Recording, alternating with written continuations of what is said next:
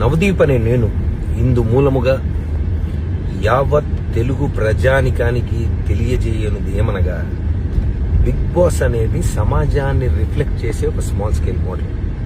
రకరకాల mind sets, attitudes, ఆలోచనలు ఉండే మనుషుల మధ్యలో 100 రోజులు బతుకుతున్నప్పుడు ఎవడెవడో ఏదేదో అంటారు.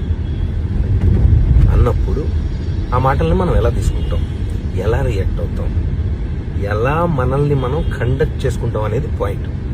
దాని టెస్టే అగ్ని పరీక్ష. మాకు కంటెస్టెంట్స్ డేటా ఇస్తారు.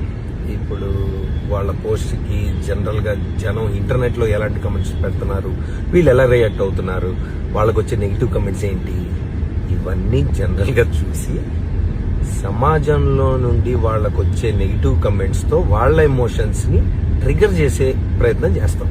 Right? It will test their ability to conduct themselves. We have to test. ఎవడో కమెంట్ పెట్టినట్టు నేనేదో అంటాను. కంటెస్టెంట్ రియాక్షన్ ఎలాగైనా ఉండొచ్చు, పర్సనల్గా తీసుకోవచ్చు. మీ ఒపీనియన్ మీది, I like what I'm doing, I will continue to be like this అనొచ్చు.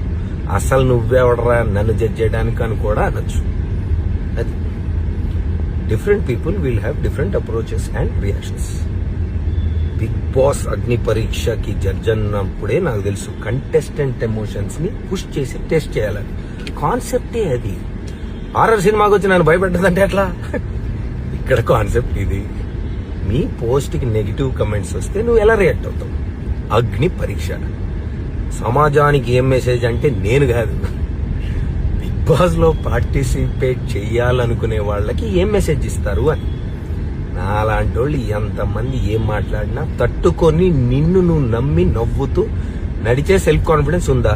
లేకపోతే బ్రేక్ అయిపోయి ఇంట్లోంచి బ్యాగ్ సర్దుకొని వెళ్ళిపోతావా? అగ్ని పరీక్ష. The show is design to do this. If you can't handle negative comments, ఇంటర్నెట్కి రావద్దు, అగ్ని పరీక్షకి అసలు రావద్దు. Heat will only increase.